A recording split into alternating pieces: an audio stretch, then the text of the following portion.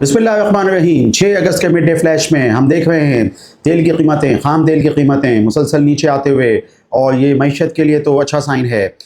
इस वक्त हम देख रहे हैं कि WTI की कीमत भी तकरीबन $75 और ब्रेंट जो हमेशा ऊपर प्रीमियम पे होता है, ये भी अब $79 पे आ गया है। मरबन UAE का एक अच्छा ब्रांड, और ये भी तकरीबन $77-78 पे जो है ट्रेड कर रहा है। अच्छी चीज़ है, पाकिस्तानी मईशत के लिए अच्छी चीज़ है।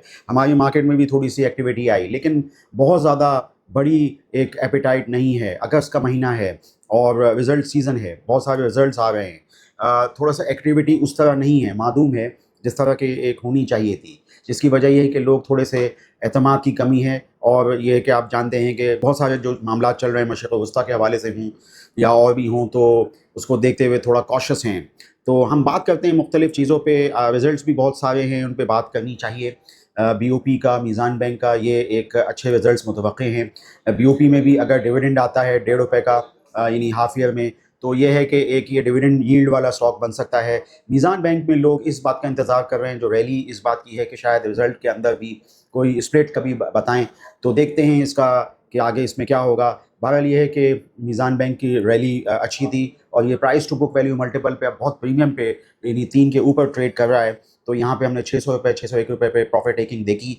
देखते हैं कि आगे क्या होता है। बकिया ये है कि फैसल बैंक के नताइज जो हैं वो आ चुके हैं। फैसल बैंक मैं देख रहा था, और फैसल बैंक के अंदर ₹1.5 का डिविडेंड दे दिया है, और इसके अलावा इससे पहले भी ₹1.5 का डिविडेंड था पहले क्वार्टर में, दूसरे क्वार्टर में भी ₹1.5 का डिविडेंड।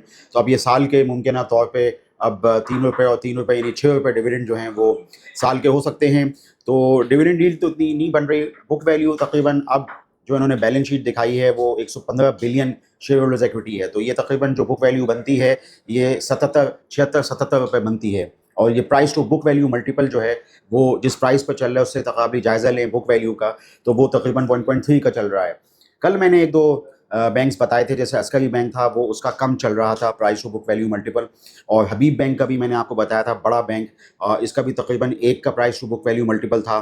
तो ये है कि यूँ चूँकि फैसल बैंक एक शेड्यूल्ड इस्लामिक बैंक है, तो मुमकिन तौर पे ये जो इस्लामिक बैंक अगर अच्छे हों तो ये प्रीमियम पे ट्रेड हो जाते हैं। एक और बड़ा नतीजा जिसके बारे में इस वक्त काफ़ी बाज़गश चल रही है, वो मारी एनर्जीज़ का है। मारी एनर्जीज़ में आप जानते हैं कि OGDC के अंदर भी 20% मारी एनर्जीज़ हैं। बकिया इसमें जो फेवरेबल बेनिफिशियल ओनरशिप है वो फौजी फाउंडेशन के पास है। अब मारी एनर्जीज़ क्या कर सकता है? 9 महीने में तो ₹41 40-41 की EPS थी, और अब जो है तकरीबन ₹60 की सालाना EPS जो है वो कर सकता है। माजी में आप जानते हैं कि पिछले 2 साल पहले यहाँ पे इसमें बोनस का वो हुआ था, तो तभी ये जो है अब डाइल्यूटेड सारा है, EPS वगैरह जो हैं डाइल्यूटेड हैं। तो डिविडेंड जो है वो हाफ ईयर में ₹8.30। तो अब ये है कि जो एक तवक्को की जा रही है तज्ज़ियाकार कम्युनिटी की तरफ से, वो ₹15 तक की डिविडेंड की जा रही है। तो ये तकरीबन डिविडेंड जो है 20 22 ₹23 जो है साल का मिला के क्यूमुलेटिव डिविडेंड जो है मावी का हो सकता है। यानी हाफ ईयर का जो सेकंड हाफ का जो डिविडेंड असल चीज़ जो है वो अब जो देनी है उन्होंने, वो ₹15 तक के डिविडेंड की एक तवक्को है। इसमें जो ज़िमनी बात ये करनी थी कि जो सेक्शन 5 अभी ये जो सुप्रीम कोर्ट का जो एक पुराना उन्होंने फैसला दिया था डिविडेंड इनकम के हवाले से, तो ये इसमें जो फ़ायदा हो सकता है वो मुमकिन तौर पे फौजी फाउंडेशन को होगा, क्योंकि उनकी मेन ओनरशिप आती है, लेकिन OGDC को भी होगा, उनकी 20% मतलब होल्डिंग है तो माही में। तो ये है कि उनको भी इसमें जो है इस डिविडेंड इनकम पे जो है ये जो अभी सुप्रीम कोर्ट के फैसले के हिसाब से फ़ायदा जो है हो सकता है, अगर माही का कोई डिविडेंड जो है वो अनाउंस होता है। तो मैंने सोचा कि आपको बताऊं। तो मैंने अपने इस बयानिए में आज बताने की कोशिश की। एक तो मैंने रिज़ल्ट आपको बताया कि जो रिज़ल्ट्स आए, और उसमें मैंने फैसल बैंक का जो अब एक रिज़ल्ट आया, उसके बाद मारी के रिज़ल्ट क्या आ सकते हैं ये बताया, और मीज़ान बैंक और BOP के रिज़ल्ट्स जो हैं वो भी हैं। मीज़ान बैंक में भी ₹7 का डिविडेंड तो आएगा ही, लेकिन अगर BOP में ₹1.5 का डिविडेंड आ जाए तो सोने पे सुहागा होगा। डिविडेंड यील्ड वाले स्टॉक्स की सफ़ में सफ़ारा हो जाएगा। बाकी फर्टिलाइज़र सेक्टर पे काफ़ी लोग सवालात पूछ रहे हैं कि अभी हम एंग्रो फर्टिलाइज़र का क्या करें, काफ़ी नीचे स्टॉक आ गया है।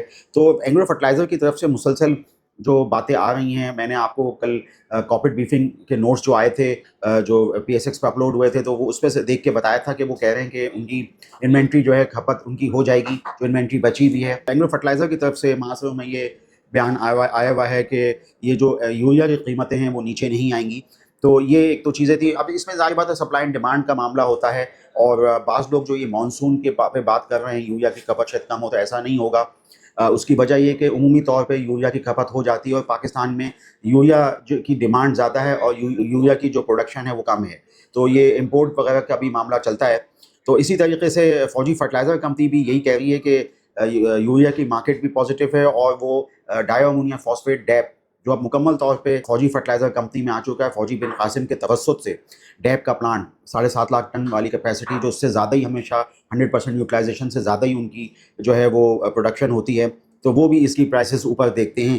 یہ بھی معاملہ جو ہیں آج معاشروں میں تھے، تو میں نے سوچا کہ آپ کو فرٹیلائزر سیکٹر کے حوالے سے عمومی طور پہ بتاؤں۔ اس میں ضمنی طور پہ بات یہ بھی کرنی تھی کہ فاطمہ فرٹیلائزر جو اس میں تیسری بڑی فرٹیلائزر کمپنی ہے پاکستان میں کھادوں کی، ان کے بھی نتائج ہیں، اور ان کا بھی یعنی ہاف ایئر کا فرسٹ انٹرم ڈویڈنڈ جو ہے اس کو توقع کی جا رہی ہے، اور اس میں ہم نے فاطمہ فرٹیلائزر کے اسٹاک میں ریلی بھی دیکھی۔ بقیہ ایک چیز جو کل رہ گئی تھی مجھ سے، وہ یہ انبنڈلنگ ہے معاملہ، جو سوئی ناردرن کے اندر بھی اور سوئی سدرن، یہ جو کمپنیاں ہیں گیس یعنی distribution transmission and distribution TND کمپنیاں جو ہیں، ان کی انبنڈلنگ کا جو ہے وہ سوچا جا رہا ہے، یعنی ٹرانسمیشن لائنز یعنی پائپ لائنز اور اس کے بعد ڈسٹریبیوشن، ان کو جو ہے انبنڈل کر دیا جائے۔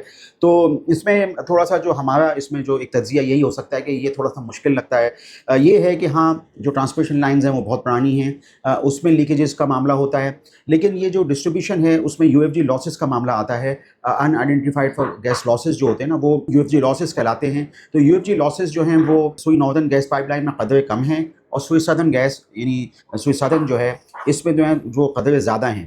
تو یہ ہے کہ یہ تھوڑا سا ایسا لگتا ہے کہ انٹرنلی یہ شاید کرنا اتنا ممکن نہ ہو۔ بہرحال یہ کہ یہ خبر چھپی ہے سوئی ناردرن اور سوئی سدرن، تو یہ ہے کہ میں نے سوچا کہ اس پہ اپنا ٹیک آپ کو بتا سکوں۔ مٹیریلی اس کا اتنا بڑا جو ہے امپیکٹ وہ سوئی ناردرن پہ زیادہ اگر ہو سکتا ہے اگر ایسی چیزیں ہوں، اور یہ ہے کہ سوئی ناردرن ویسے بھی ہمیشہ ڈسکاؤنٹ پہ جو ہے وہ ٹریڈ ہوتا ہے، تو میں نے سوچا کہ آپ کو اس حوالے سے بتانے کی کوشش کروں۔ ڈویڈنڈز دیتے ہیں، تو یہ ایک اچھی چیز ہے، حکومت کو بھی ڈویڈنڈز جاتے ہیں اس سے۔ اچھا، اس میں یہ ہے کہ ٹریڈ ڈیفیسٹ کے بھی نمبر آئے جولائی میں، $3.9 بلین، تقریباً آپ سمجھ لیں $4 بلین کا ڈیفیسٹ وہ رپورٹ ہو گیا۔ تو یہ ہے کہ ممکنہ طور پہ حکومت Pakistan, state bank of Pakistan یہ چاہیں گے کہ اس کو کنٹرول کیا جائے، ٹریڈ ڈیفیسٹ اتنا نہ ہو، ایکسچینج ریٹ کو کنٹرول کیا جائے، کیونکہ جو صورتحال ہے وہ یہی ہے کہ پاکستان ایک مہنگی تیل کو جو ہے وہ امپورٹ کر رہا ہے، مہنگی LNG جو ہے پریمیم پرائسز پہ اس کو امپورٹ کر رہا ہے، انرجی نیڈز کو پورا کرنے کی کوشش کر رہا ہے۔ سوال ایک ہوا تھا OGDC اور PPL کے حوالے سے، تو اس میں کوئی مسئلہ نہیں ہے۔ OGDC PPL پہ میں نے کل بھی بات کی تھی، اور OGDC PPL میں جہاں تیل کی پروڈکشن میں اضافہ ہو رہا ہے اور 2027 میں اس کی چیزیں آئیں گی، تو وہاں پہ PPL کے اندر بھی ہم ریئر ارتھ میٹل یعنی بیرائٹ کی پروڈکشن 2028 کے فزیکل میں دیکھ رہے ہیں۔ یہ ہم نے کارپوریٹ بریفنگ میں بات سنی تھی، اور ماڈل میں بھی تھوڑا بہت چھوٹا موٹا اس کا آ رہا ہے، تو میں نے سوچا کہ OGDC PPL پہ واپس بات کر دوں، جو میں نے کل پرسوں یہ بات کرنے کی کوشش کی تھی۔ آج کے میں نے اپنے اس بیانیے میں بات کری جو متوقع نتائج میزان بینک اور BOP، اور جو نتائج آ گئے، فیصل بینک 77 روپے کی بک ویلیو ہے، اپنی بک ویلیو سے اوپر ٹریڈ ہوتے ہوئے، اسلامی بینک ہے، شیڈیولڈ اسلامک بینک ہے، فیصل بینک، اس کے بارے میں بتایا، اور ماری کے نتائج کیا آ سکتے ہیں۔ ماری کے نتائج یعنی فائنل جو ڈیویڈنڈ ہے وہ 15 روپے تک کا اس کی جو ہے وہ کی جا رہی ہے، توجہ کی جا رہی ہے، تو اور یہ بھی بتایا کہ OGDC کے اندر بھی 20% ماری جو ہے وہ موجود ہیں۔ آپ اسٹینڈرڈ کیپٹل سیکورٹیز کے چینل کو سبسکرائب کیجئے اور ہماری ان معروضات پہ غور کیجئے۔ آپ کا شکریہ۔ For more details, call us today at 111-111-721. Open an account with Standard Capital Securities. Start investing in your financial future. Talk to our experts and get access to exclusive market research and much more.